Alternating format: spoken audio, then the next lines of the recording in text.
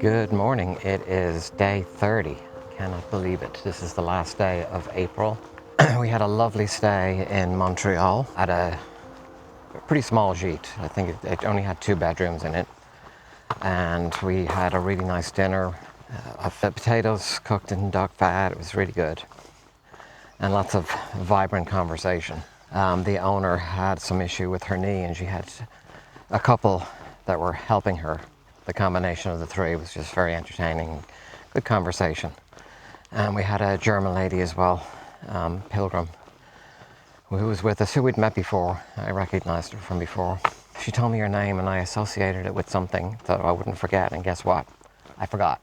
Today we are going to, I don't even know how to pronounce the name of it. It's like Euaze, something like that. And it's about 17 kilometers, so not too bad. I reckon that's about 5 hours of walking. It's 8:25. We should get there around 1 o'clock or 1:30ish. I don't think there's a lot to do in that town. It's pretty small. Temperature mid-50s. I think today it's going to be 77 for a high. And this trend will continue tomorrow. And then it looks like it's getting cloudy on Friday. And then Saturday and Sunday is going to be rain. And I think the temps break for next week, which is great because that's when we arrive in Saint-Jacques, a week from Saturday. Today's distance is 17 kilometers. Doesn't look like it's going to be too challenging. I feel like, you know, this part of the trail is kind of fairly nondescript. A lot of farmland, but not as beautiful as the first third, which seemed to be really front-loaded for beauty. You know, fascinating things like the cliff dwellings. But as we did see the Pyrenees yesterday, so that was pretty significant. Even though they're very far away, I think that the landscape will start changing again for the final week. Day after tomorrow, we have a 30-kilometer trip, but we're not going to walk that much. We're going to actually take about 18 kilometers off of that and get a ride to a town 12 kilometers from our destination, Aire it's called. We just decided we didn't want to do that much walking, and we just wanted a short day. We definitely need a little bit of rest. So, and then the rest of it's all fairly standard, 20, 22, 19, those kinds of kilometers. So it's all doable. But anyway, we feel like we're on the last countdown at this point, which is crazy because when I think back to when we started this, it's almost like it was another Camino entirely. It feels like it was months and months ago. Feeling pretty good still. And ready to take on the day.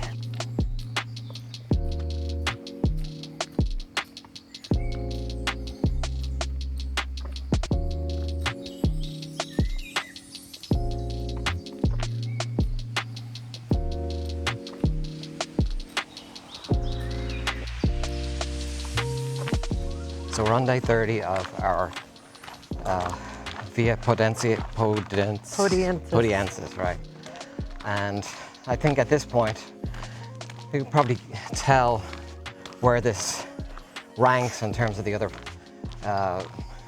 walks that we've done. So I knew that we were going to have some challenges at the beginning because we had talked about that, particularly the first few days. But then it ended up being a lot more tough than I expected overall. It's kind of flattened out quite a bit now on the second last week. But the first 4 weeks were challenging enough. A lot of uphills, a lot of downhills. Even people who have some experience agreed that it was a pretty tough first few weeks.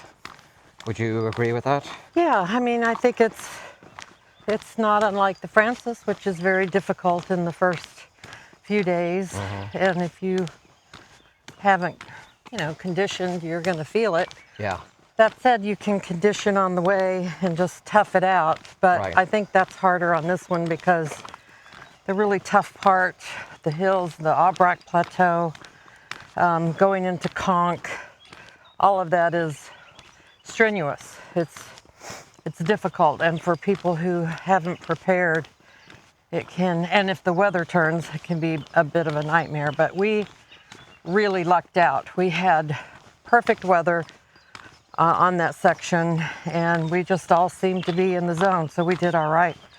I think the bigger issue is boredom when you get over into, I wouldn't say flat, but definitely not as strenuous as the first few days. It's just mile after mile of French farmland. I mean, it's beautiful, but it's repetitive, and you just have to find a way to entertain yourself to keep it going. Whereas in Italy, which the Francigenia has turned out to be my most favorite Camino, there's just one little village after the other that is stunning to look at, and there may not even be anything open or people there, but it's just so much fun to walk through, and there's not been any of that here.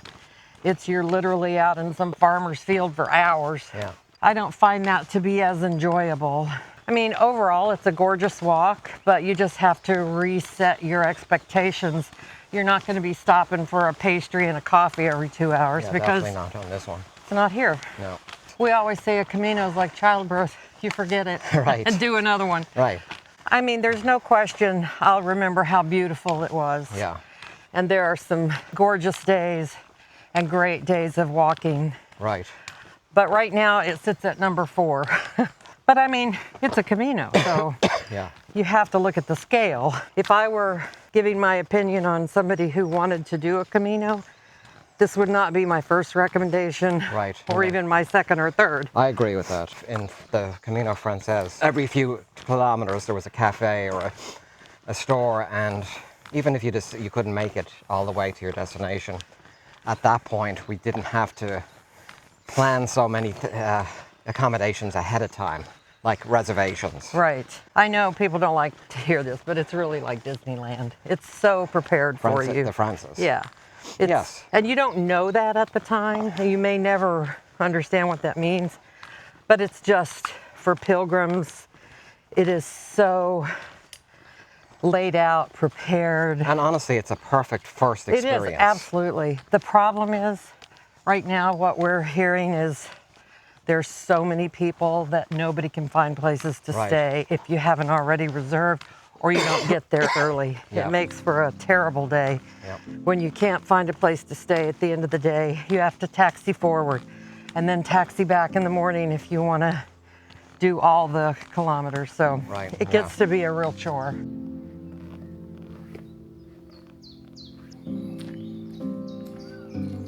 So we just got some bad news. Nina's dog Polly is not doing well, and she may need to go home. And it's looking like she will anyway, just because she's worried, which I understand, of course, completely. The biggest problem right now is that she's trying to figure out how she can get home, because we are in the middle of nowhere. And these little towns that we're going through on the route have very little transport options. And even, you know, if you get a taxi, it's usually coming from a bigger town, and you're charged for that. It's not like they're sitting in some taxi rank in these little towns ready to go. So you're paying for the transport from that bigger town, and then on top of that you're paying for wherever you're going. And she's about an hour and a half away from any train station options. So that would amount to quite a bit. So we're about 6 kilometers to the town we're going to today. We're basically going to see what the options are from there, but it's very unfortunate for her. We're only 10 days away from finishing. But you know, you have to do what you have to do. I understand. It was an unexpectedly sad end to the day for sure. Nina did manage to make arrangements with her husband to pick her up the next morning. Luckily, she lives within a few hours of our town. We'll miss her and wish her and Polly well. And then there were 2.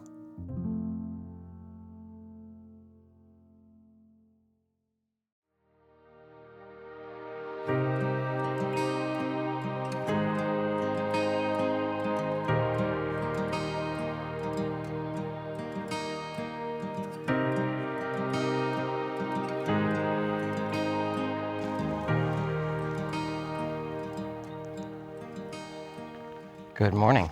It is day 31, yeah, the 1st of May.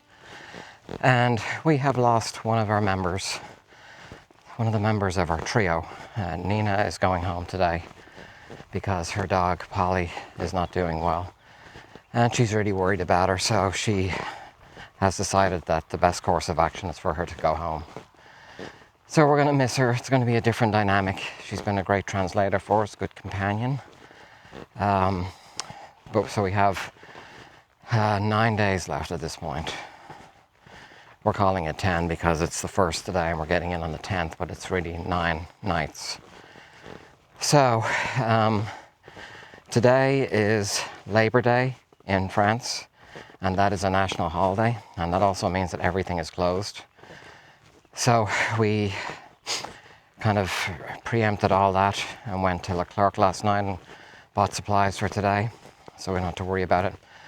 Also, the place where we're staying tonight, it's a gîte communal in Nogaro, does not have dinner, which is fine with us because, to be honest, we need a break from all the whole demi-pension ritual.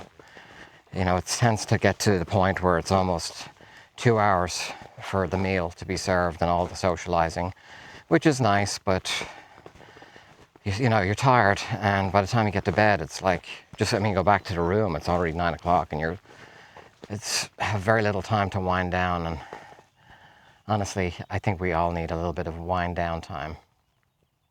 So today is going to be 21 kilometers.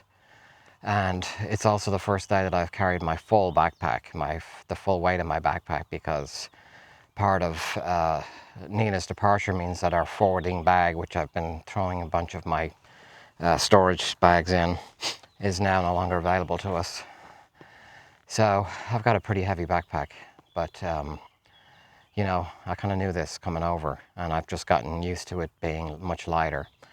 So the good thing about that is that the structure of the Osprey backpack that I have is actually more effective when it's full. And I think that only having having less of an amount of stuff in it before was dragging me down, dragging my shoulders down and giving me shoulder pain. Now the structure is pretty solid. So even though it's heavier, I think it's going to be better overall.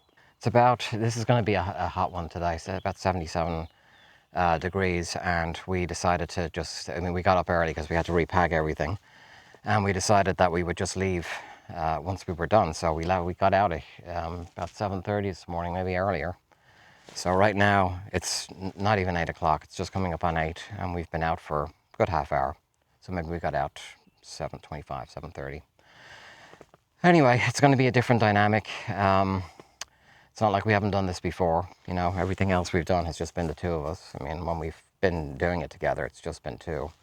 So everything is already booked for through to Saint-Jean-Pied-de-Port, and tomorrow we will take a taxi. We're skipping this 30-kilometer thing altogether. So we're completely set up logistically as much as we can be. And that's really, you know, I'm glad all that's done, because it's difficult to do that, because honestly in France there's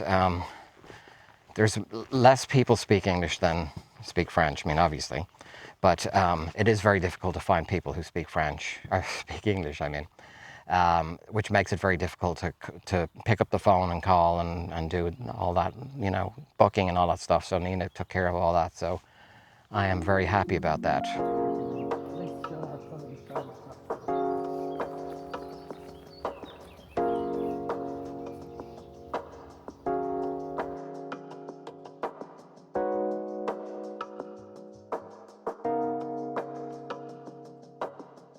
Although the trail had mostly dried out, we still found ourselves having to make the difficult choice of taking a busy road instead of the official path. The mud was so bad, we just knew it wasn't really a choice. We just had to do it, so we spent over an hour dodging fast-moving traffic. Taking photographs or shooting video was not at top of mind, as you can imagine. This is our absolute least favourite part of this experience.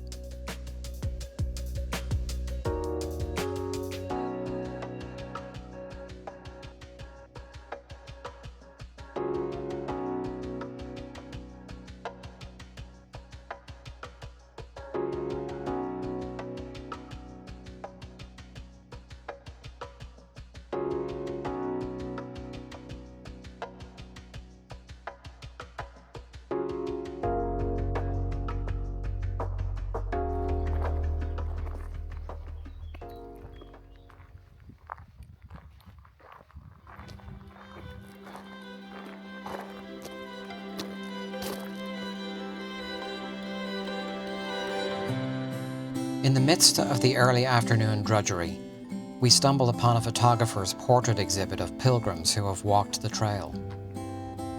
Although we all try to smile for the camera, and it might not always be sincere, I felt like the faces in these pictures revealed the true joy one can feel walking in nature. It's freedom in the true sense of the word, and these faces helped bring me back to the fact that, despite the conflicts in the world, there is a place where we are all on the same path, at least for a while. Another 22 kilometers completed, and another day closer to Saint-Jean-Pied-de-Port.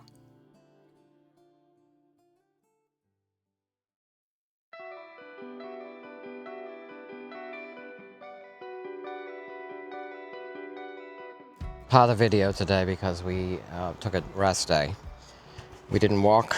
We went from, what was it? Where did we come from? The town? Nagaro. To Aire sur le Dour. That's where we are right now. It was a 30-kilometer day, and we pre-planned to basically skip it and have a rest day, but still moving forward. So we're glad we did, because we're already dragging, and we just got out of the cab essentially, just had some lunch and went to our not open yet gîte, and so we're just sitting down by the river and we're exhausted.